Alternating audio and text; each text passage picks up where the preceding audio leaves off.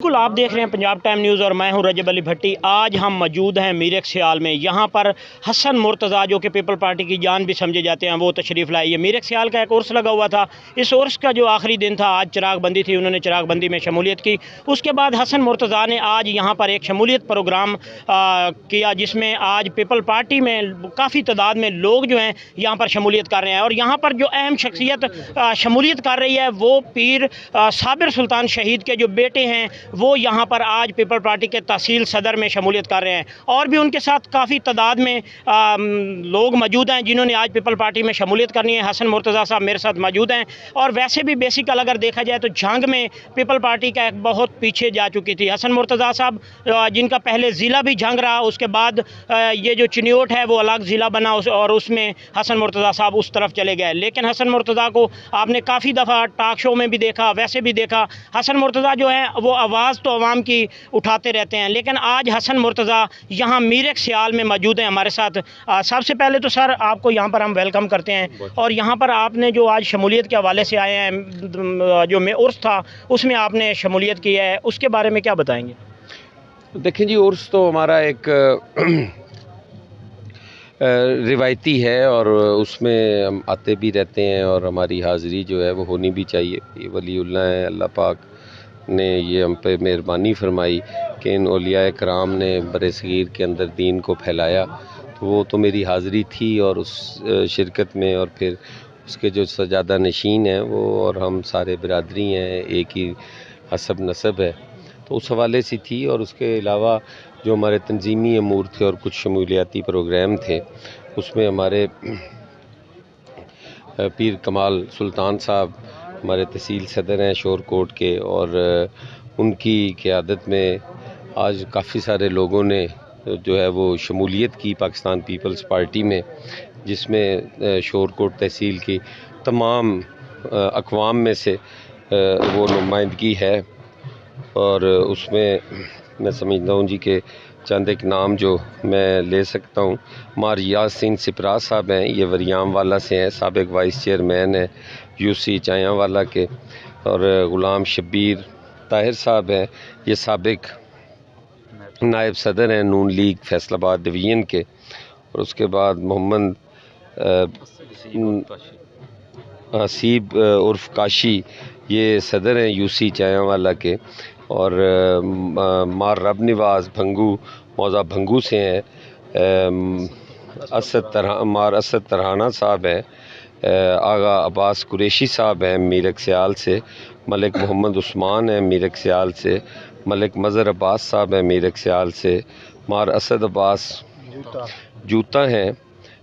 मलिक मोहम्मद बिलाल सनी मीरक से हैं। और मलिक आमिर साहब हैं मीरक सियाल से। मलिक जहांगीर अब्बास हैं मीरक से। मलिक अख्तर नज़ीर साहब हैं मीरक से। मार अमजद जूता हैं मीरक सियाल से। मार जावेद जूता हैं। मलिक मोहम्मद फ़ारूक हैं। मार सकलैन अब्बास हैं। मोहम्मद इरफान काठिया हैं कक्की 9 से। और ये ऊपर सारे जो दोस्त थे ये मीरक सियाल से थे। तो ये काफ़ी सारे लोगों ने शमूलियत की और चेयरमैन बिलावल भुट्टो ज़रदारी पर एतमाद का इज़हार किया। जनाब प्रेसिडेंट आसिफ अली ज़रदारी साहब पे की क़यादत पे एतमाद का इज़हार किया।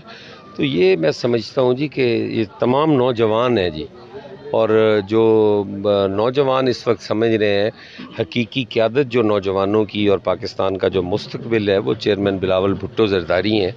और जिस अंदाज़ में उन्होंने एक आइसोलेशन में पड़ी हुई हमारी ख़ारजा पॉलिसी को, जिस तरीके से उन्होंने इंटरनेशनल फोरम पर पाकिस्तान की नुमाइंदगी की बतौर वज़ीर ख़ारजा, और जो उनका मौक़िफ़ रहा और जिस मौक़िफ़ में उन्होंने कामयाबी हासिल की, जैसे जर्मनी के अंदर उन्होंने कश्मीर इशू को मुतनाज़ा करार दिलवाया। और ये हिस्ट्री में पहली दफ़ा है कि कोई यूरोपियन कंट्री जो है वो कश्मीर को मुतनाज़ा कह रहा है और अक़वाम मुत्तहिदा की करारदादों के मुताबिक उसके हल की डिमांड कर रहा है।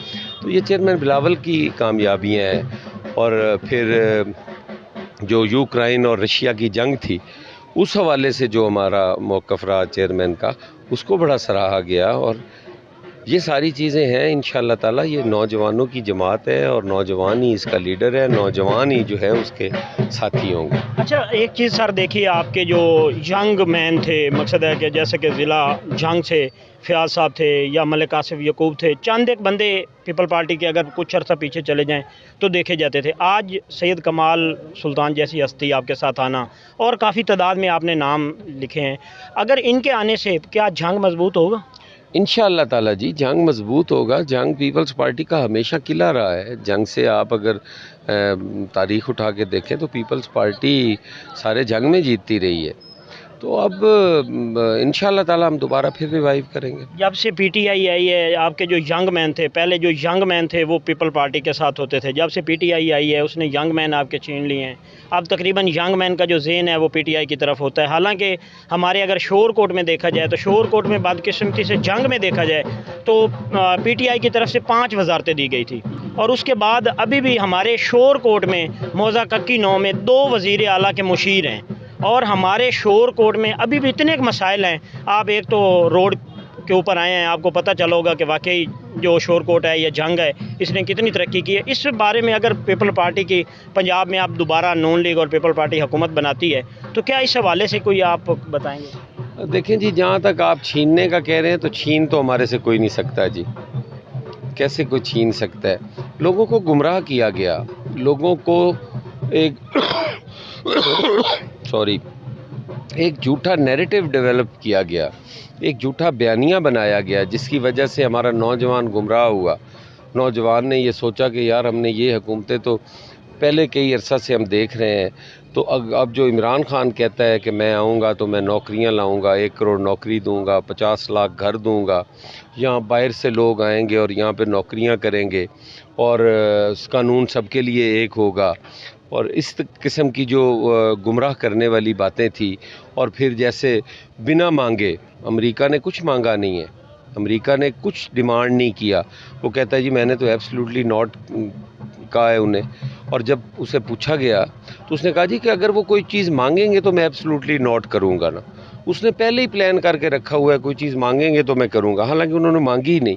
पीपल्स पार्टी ने तो यार नेटो सप्लाईज बंद कर दी थी, पीपल्स पार्टी ने तो अपने अड्डे अमेरिका से खाली करवाए थे। तो पीपल्स पार्टी और भुट्टो शहीद, हम समझते हैं कि भुट्टो शहीद ने जो एटमी ताकत इस मुल्क को बनाया तो उस वक्त उन्होंने अमेरिका को एब्सोल्युटली नॉट कहा। यूएनओ की तकारीर आज भी मौजूद हैं जो शहीद जुल्फ़िकार अली भुट्टो का कश्मीर पे मौक़िफ़ रहा और किस तरीके दबंग अंदाज में वो वहाँ नो कह के आए थे। आज हमें सिखाने की कोशिश कर रहे हैं खान साहब कि वो जी हमने तो एब्सोल्युटली नॉट कह दिया। तो ये गुमराह किया गया था। अब लोग वापस आ रहे हैं, लोगों को जब समझ आ रही है। और ये जो ऑडियो लीक्स आई हैं इसमें तो बिल्कुल वो बेनकाब हो गए ना, नंगे हो गए उनका। वो तो अब खुद से कह रहे हैं कि अब मेरी वीडियो भी आएगी। और मैं तो दुआ गो हूँ अल्लाह से कि जितनी ऑडियोज़ ख़तरनाक है, खुदा न खास्ता कोई वीडियो आ गई तो ये तो बड़ा गंद पड़ जाएगा। अल्लाह ना ही लाए जी ऐसी वीडियो, सब की इज़्ज़तें जो हैं वो महफूज रहें।